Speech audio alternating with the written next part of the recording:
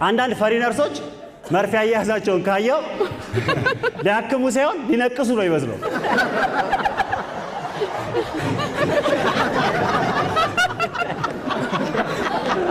እንደዚህ አይነት ፈሪ ነርሶች ከገጠሙክ ከመርፌ ክፍሉ ከመውጣት በፊት መቀመጫን ሙሉ ለሙሉ አይተመረከብ ይኖርባል። አይታወቅም። ምክንያቱም በኢትዮጵያ የመጀመሪያ ሰው ልትሆን ትችላለህ። ቂጡን ጉራማይ ላይ ተነቀሰ። ኧረ ኤላ ዛሬ ብር በብር ሆነሻልሳ። ኧረ ተወኝማ በእናትህ ቀበሌ ስራ ለማስፈጸም ስመላለስ ሰራተኛቸው መስያቸው ደሞዝ አልከፈሉኝም።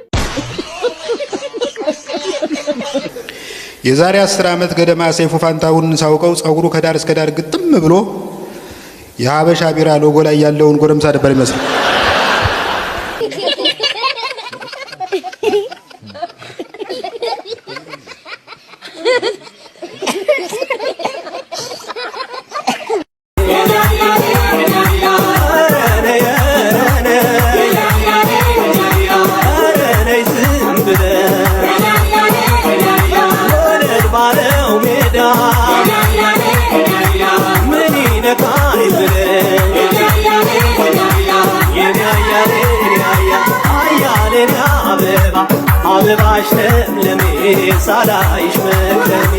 አቡ ያን ጠላ አብሮ የሚጠጣው ልጅ እኮ ሞተ። ያን አብሮ ጠላ የሚጠጣው ልጅ ማን ነው? ያ 4 ጣሳ 5 ጣሳ የሚጠጣው ልጅ አትወቁም? ያንተ ጓደኛ ሰንደቁ ወይኔ ሰንደቁ ኧረ አንተ እዛው ድምፁን አቅጥኖ ጀመረ። በርቆ ምን ጠጣው ጠላ አንተ ጣሳ ባለበት አንተ አባወራ። ኧረ ሰንደቁ ኧረ አንጠጣ ወይኔ ሰንደቁ ወይኔ ሰጣጣው ቆላጥላት ነበር። ሰጣጣው እኮ ሸው ነው። አጠጣጡ ነው የሚዘፈንለት። ኧረ ሰንደቁዬ ሞተ ነው ያልከኝ? ሞተ አረፈ እኮ። በምን ነው ሞተ? ይኸው በጠላ ነው አሉ። እንግዲህ አንተም እየጠጣው ነው እንዳትሞት እንጂ። አቤት 10 ጣሳ በደቂቃ ሲጠጣ አጀግና ሹ ነበር እኮ የሚያረው። አይ ሰንደቁ ሁላችሁም እስቲ ኮሜንት ላይ ለሰንደቁ ነፍስ ይማር እያላችሁ ጻፉለት። እስከ ቅርብ ጊዜ ድረስ የፓርቲ መሪዎችና አለቃዎች በተጣሉ ቁጥር ለሽምግልና የሚላከው ሻለቃ ኃይሌ ገብረስላሴ ነበር።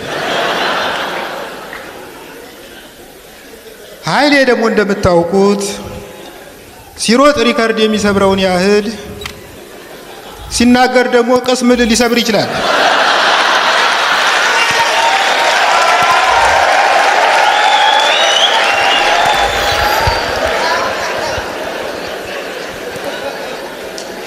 እና ዶክተር አብይ ለሽማግሌነት ሲያጨው እኔ የምልክ ዶክተር የ40 ቀን እድል የሆነው በየደረስኩበት እንደ ሲኖትራክ ተጋጭቼ ከብዙ ሰው ጋር ተቆራርጫለሁ። እኔ እንደውም አንተን ራሱ ለሽምግልና ብልክ ደስ ይለኛል ሊለው ይችላል። አንድ ነገር ያለ ቦታው ሲገባ የሚሰማን ግርምት አለ አይደል? አስቡት። ለምሳሌ ሰይፉ ፋንታሁን የወንድ የፀጉር ቅባት ቢያስተዋውቅ። ለነገሩ አንፍረድ ጎበዝ። የዛሬ 10 ዓመት ገደማ ሰይፉ ፋንታሁን ሳውቀው ጸጉሩ ከዳር እስከ ዳር ግጥም ብሎ የሀበሻ ቢራ ሎጎ ላይ ያለውን ጎረምሳ ነበር ይመስል።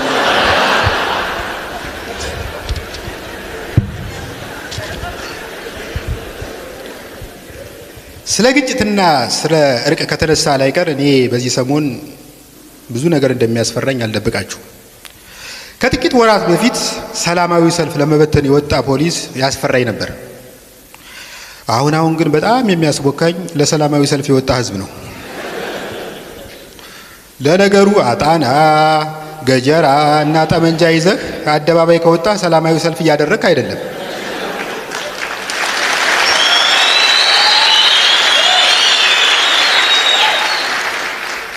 እያካሄድክ ያለኸው ለዘብተኛ ትጥቅ ትግል ነው።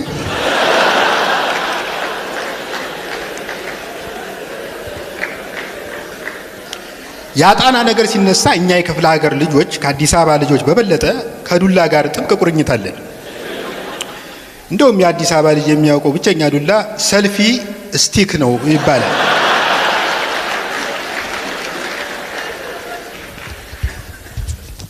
እኔ የአዲስ አበባ ልጅ በጣም ነው አንጀቴን የሚበላው።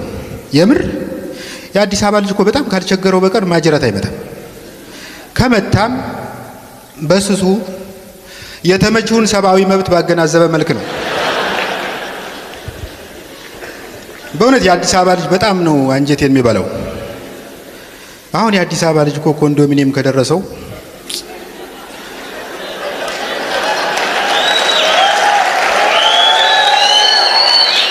ልክ ብሔራዊ ውትድርና እንደሚሄድ ሰው አልቅሰን ነው የሚሸኘው።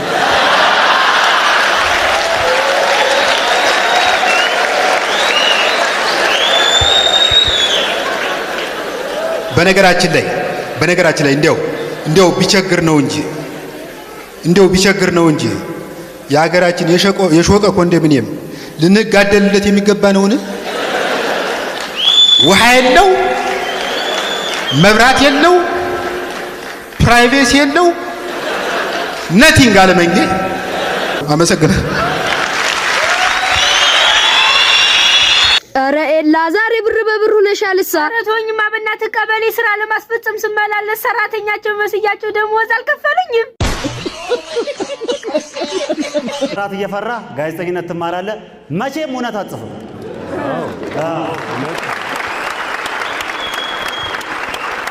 እሺ እንበል ማለት ሀገሪቱ የተማረ ሰው ስለሌላት የምትፈራውን መማር ምናልባት ልክ ሊሆን ይችላል። የምትፈራውን መኖር ግን ልክ አይደለም። ጨለማ እየፈራ ዘበኛ መሆን ልክ አይደለም። ሌሊቱን ሙሉ ማን ነው ስትል ይነጋባል። ማን ነው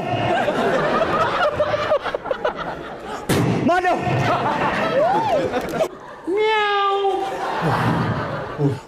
ማን ነው ሚያው አልኩህ እኮ ብራዘር። እሺ ኩኩሉ ሽፍት ቀይር። መርፌ እየፈራሽ ነርስ መሆን ልክ አይደለም እህት አለም። ፈሪ ነርሶች ገጥሟቸው ያውቁ? ፈሪ ነርሶች መርፌ ሊወጉ ብለው ከመቀመጫ እኩል የሚንቀጠቀጡ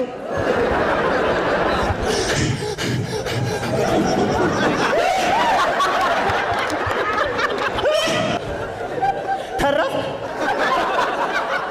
አላየሁትም። አንዳንድ ፈሪ ነርሶች መርፌ አያያዛቸውን ካየው ሊያክሙ ሳይሆን ሊነቅሱ ነው ይመስለው።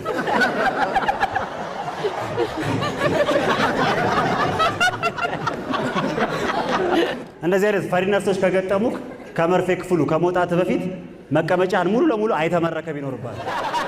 አይታወቅም። ምክንያቱም በኢትዮጵያ የመጀመሪያ ሰው ልትሆን ትችላለህ። ቂጡን ጉራማይ ላይ ተነቀሰ።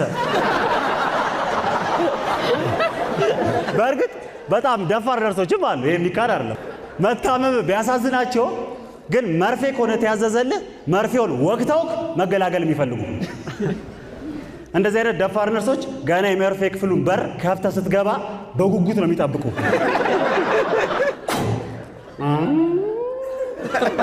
ሰላም ዋልሽ ሴት መርፌ ነው። ቶሎ በል ሱሪና ወደ ፊትና ወደ ግድግዳ ቶሎ በል። ኧረ ቆይ ተረጋጊ። ሱሪ ነው ቶሎ በል። ጊዜ የለኝም። ቶሎ አዙረው። ኧረ ቆይ ሱሪ የለውም። ሱሪን እንኳን እስክታወልቅ አይታገሱም። ቀበቶውን ይዘው ያዞረዋል። ቶሎ በል አልኩህ እኮ። ኧረ ቆይ ተረጋጊ። ቶሎ በል። ኧረ በእናትሽ ተይ እንደ ይታገሏል። ቶሎ ኧረ በእናትሽ ቶሎ ኧረ በእናትሽ ተይ እንደ ቶሎ በል አልኩህ እኮ። ምናልባት አንተ የተወጋው የቶንሲል መርፌ ሊሆን ይችላል።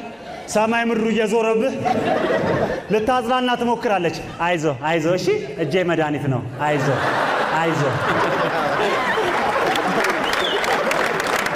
አሁን ደግሞ በዚህኛው በኩል ዙርልኝ እንዴ! ኧረ ሁለት ሐኪሙ በሁለት አፋ ይወጋን ያለው። አንዴት ዞርልኝ ጊዜ ስለሌለኝ ነው። ኧረ ቆይ ተረጋጊ። ቶሎ በል ዙርልኝ አልኩህ እኮ። ኧረ ቆይ ዙርልኝ አልኩህ እኮ። ኧረ በእናትሽ ተይ። አዞርም ዙርልኝ አልኩህ እኮ። ያኔ ስትብረከረክ ልታጽናና ትሞክራለች። አይዞ እሺ አይዞ። እጄ ምንድን ነው? ጎበዝ በሽተኛ።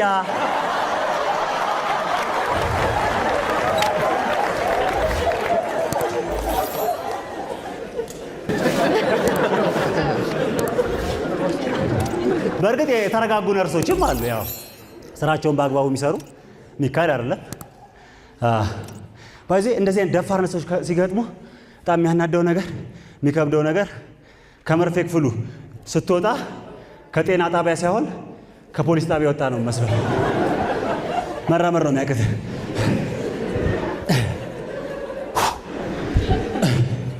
ታክሲ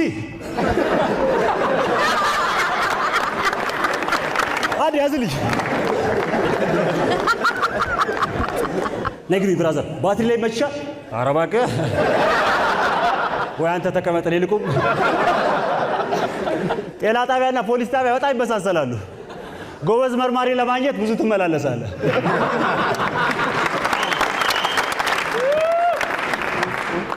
በእርግጥ እንዳልኳችሁ የተረጋጉ ነርሶችም አሉ። የተረጋጋ ነገር እንወዳለንና ሁላችንም አሁን ለምሳሌ እኔን ብዙ ሰዎች የተረጋጋ ሰው አድርገው ነው የሚስሉኝ። ከዛ እኔ መልሼ እነግራቸዋለሁ ስዕል እንደማይችሉ።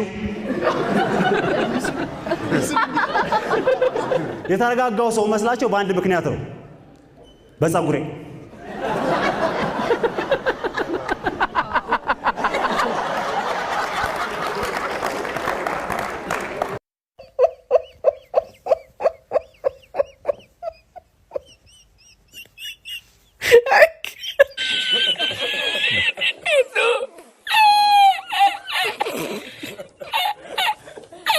ሆዴ ያሙንዳላዳሌ ሾዴ ማይገሰጸው ሆዴ ካልተፋሸ በላ ሆዴ ፈሪ እንዴት ይዳብሰው ሆዴ ይቅር ምን አባቶ ሆዴ ስማታ በላሺ ሆዴ መኳተን መባዘን ሆዴ ቀለብ ነው ትርፍሺ ኖ ኖ ኖ ኖ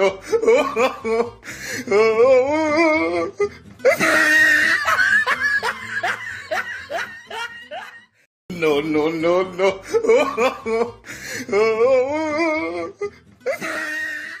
No, no, no, no.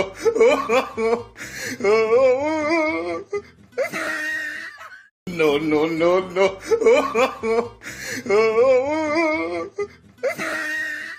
የቀድሞ ጠቅላይ ሚኒስትር አቶ ተመለስ ዜናዊ እንዳሉት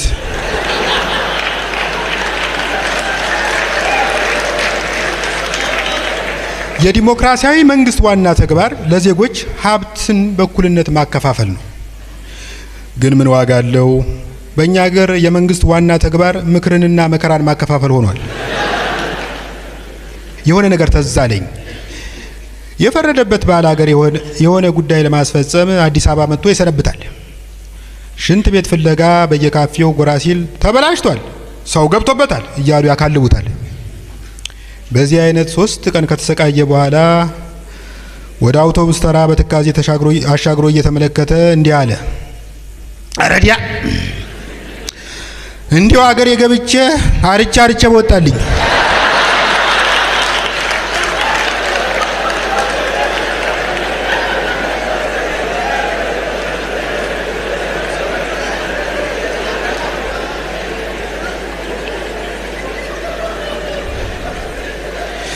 የወረፋ ነገር ከተነሳ ትናንት ለሆነ ጉዳይ ካዛንቺስ አካባቢ ተሰልፌ ነበር።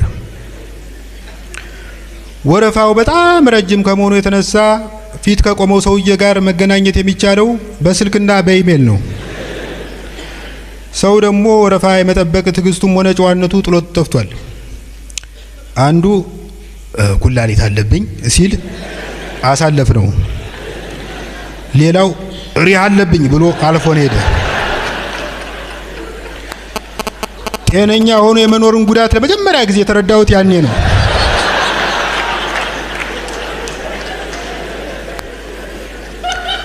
ካሰልቺ ጥበቃ በኋላ እኔም ጎበዝ ትንሽ ራሴን ስላመመኝ ታስቀድሙኝ ብል ከፊቴ የቆመው ተሰላፊ በራስ ቆመህ ነው እንዲህ ወረፋ የምትጠብቀው ብሎ ገገመ።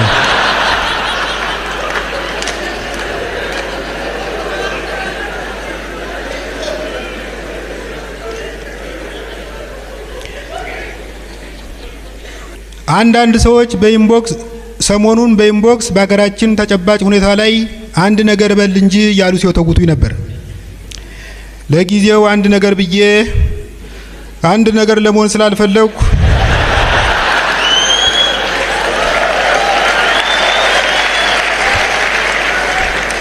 ከጸሐፊነት ወደ አንባቢነት ተሸጋግሬ ቆይቻለሁ። ባለፈው እዚህ 22 ማዞሪያ አንዱ የተረፈው አስፓልት ዳር ፎቅ ይሰራል። ቡልኬትና መስታወት ያስቆልላል ቢባል ይሻላል። ግንበኞቹና ናጢዎች በቀን 5 መንገደኛ ለመግደል ቆርጠው ከቤታቸው ወጡ ነው የሚመስለው። እኔ ስለ ኑሮና ብልሃቱ እያሰብኩ ወክ ሳደርግ ግብዳ ቡልኬት ለጥቂት ስቶኝ ወደቀ። ቡልኬቱን አተኩሬ ሳየው ራሱን የቻለ ግልገል ህንጻ ነው። የወንቃው ጊዮርጊስ ስላተረፈኝ ላመሰግን፣ እግረ መንገዴንም አናጢውን ልሳደብ ሳንጋጥጥ የሲሚንቶ ሊጥ የያዘ ባልዲ ቁልቁል ወደ አናቴ ሲመጣ ያስተዋልኩት። ኧረ ምን ጉድ ነው እያልኩ እያፈገፈኩ ስሮጥ ባቡር ለትንሽ ስቶኝ አለፈ። ባለፈው አንዱ እንዲህ ባቡሩ ለትንሽ ስቶት ፖሊሶች ያዙትና ስትክለፈለፍ ለአደጋ ተጋልጠ ነበር እያሉ በቆመጥ ወቁት። ሰውየው ከሩምታው ድብደባ ለጥቂት ተርፎ በቃሬዛ ሸክም ወደ አምቡላንስ ሲገባ እንዲህ ሲል ተደምጧል። ባቡሩ እየተመላለሰ ቢገጨኝ እንኳን እንዲህ አልጎዳም።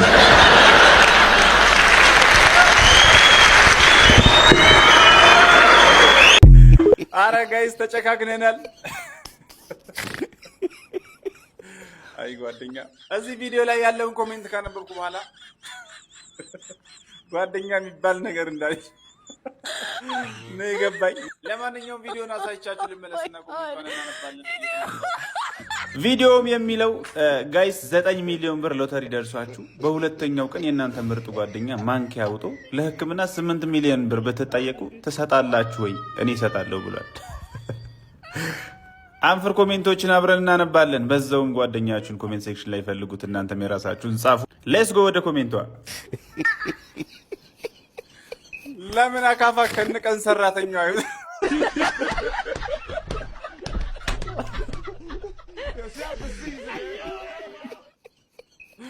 የጓደኛዬን ጸባይ አውቀዋለሁ ያራዋል።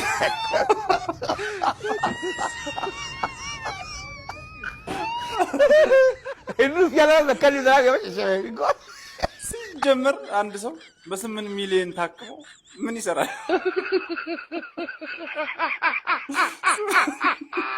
ወላካሎ 8 ሚሊዮን ከተጠየቀ መተው ነው በቃ። ሲጀምር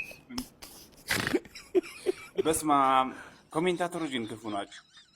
እኔ በሆን ግን ስቃዩ እንዳይበዛበት አንድ ጥይት ነበር የምታባባ እና ያልነው እኮ ይሄን ነው። 8 ሚሊዮን ከተጠየቀ በግደል ነው።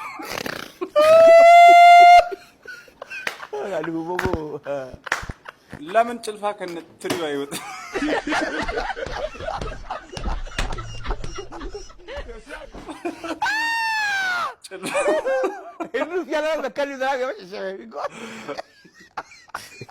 ሲጀመር ማንኪያ ለጤና ጥሩ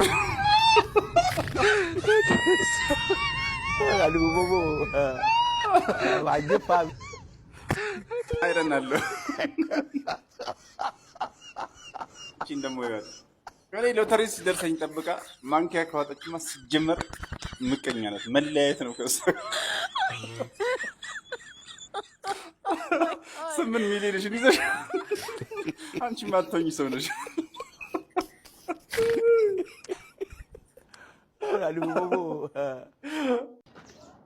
አንተ ተንኮሱ እሺ፣ ሰላም ነሽ? ምንድነው ታዲያ እንደዚህ የምትለው? ቀና በልና አዋራኝ። ምን አረኩ? ምንድነው አንተ ትላንት ምን ስትሆን ነበረ? አረ ምንም ሰው ጠርቶኝ እኮ ነው ድግስ። እና እንዴት እንደተሳደብከኝ ታውቃለህ? አረ እኔ ብዙ ግቢ ራሱ አላደርኩም 3 ሳምንቴ ጭራሽ። አዎ አሁን ቤቱን እንድትለቅልኝ ነው የምፈልገው። እሺ በጣም ነው የሰደብከኝ ትላንት። እንዴ ምን ብዬሽ? እኔ ሰው ሰድቤ አውቃለሁ? እውነት እኔ ሰው ሰድቤ አውቃለሁ? እውነት ለአንድ ቀን ራሱ ለሰው አንድ ነገር ብዬ አውቃለሁ? አንተ አይደለህም ትላንት እንደ ሙልጭ አድርገህ እኮ ነው የሰደብከኝ። ልክ ሄደ ነገርከኝ። ኧረ እኔ እውነት አልመጣሁም ሁላ ትላንት እኔ። አንተ? አዎ። ኧረ እባክህ እውነት። ቆይ ለምንድን ነው የምትጠጣው አንተ እንደዚህ ራስህ ምስት ከሆነ? ጠምቶኝ እኮ ነው። ውሃ ነው እንዴ መጠጥ የሚጠማ? አሃ መጠጥ ነው እንዴ የጠጣው? አይ ውሃ ጠጥተህ ነው የተሳደብከኝ። መጠጥ ነው እንዴ?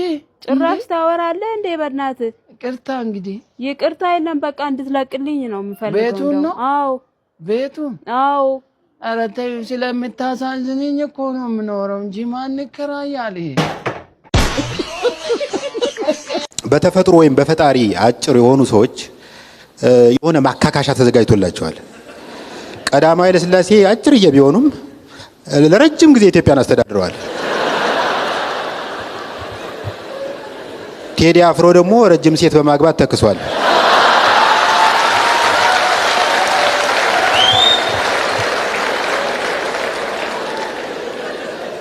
ሁለተኛው አጭርነት በልጅነት የተመጣጠነ ምግብ ባለማግኘት ምክንያት የሚመጣ አጭርነት ነው። እዚህ ላይ እኔን በምሳሌነት ማንሳት ይቻላል። የሚገርማችሁ ነገር የኔ ታናናሽ ወንድሞች ሰማይ ጠቀስ ረጃጅሞች ናቸው። አባቴ ደሞዝ ጭማሪ ከተደረገለት በኋላ የተወለዱ ስለሆኑ ነው። ስለ አጭርነት ልተውና ስለ ልጅነቴና ስለ ትምህርት ቤቴ ላውራችሁ። በልጅነቴ ሌላው ማረሳው መምህር የእርሻ መምህራችን ነው። የእርሻ መምህራችን ከክፍለ ጊዜው በፊት ሐሳቡ ሲያልቅበት ልጆች ስታድጉ ምን ለመሆን ትፈልጋላችሁ በሚል ጥያቄ ያዝገን ነበር። የብዙዎቻችን ምላሽ ተመሳሳይ ነው። ተማሪ ባሳዝነው ሰጠኝ፣ አቤት። ስታድግ ምን ለመሆን ትፈልጋለህ? ዶክተር። ተማሪ ዘላለም ለታ ስታድግ ምን ለመሆን ትፈልጋለህ? እኔ እንኳን ሳዲግ መሆን የምፈልገው ዶክተር ነው። ክብሮም በርሄ ዶክተር። ከዛ ወደ ሴቶች ይዞርና እስቲ ወደ ሴቶች እንምጣ። እንኮዬ ለመሆኑ ስታድጊ ምን ለመሆን ትፈልጋለች? በነገራችን ላይ እንኮዬ የመጀመሪያው በህይወቴ የመጀመሪያው ክራሼ ወይም ፎንቃዬ ናት ማለት ይቻላል። እና ምን ለመሆን ነው የምትፈልጊ ስትባል ዶክተር ትላለች። በመጨረሻ መምህሩ ወደ እኔ ዞሮ ተማሪ በእውቀቱ እንዲሁም ምናልባት የምታድግ ከሆነ ስታድግ ምን ለመሆን ትፈልጋለህ? በሽተኛ ለመሆን እፈልጋለሁ።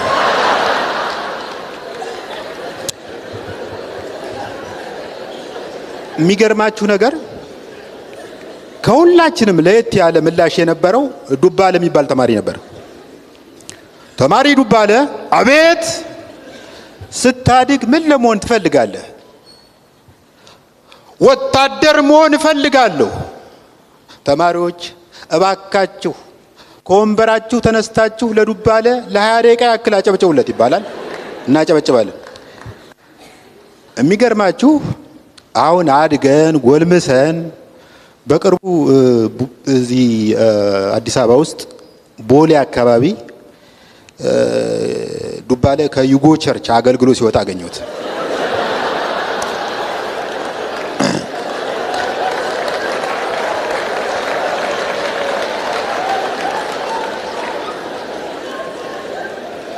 ከዛ ቡና እየጠጣን ትዝ ይልሃል ሳድግ ወታደር ሆናለሁ የምትለው ትዝ ይልሃል ስለው አልተሳሳትኩም፣ አሁንም የኢየሱስ ወታደር ነኝ።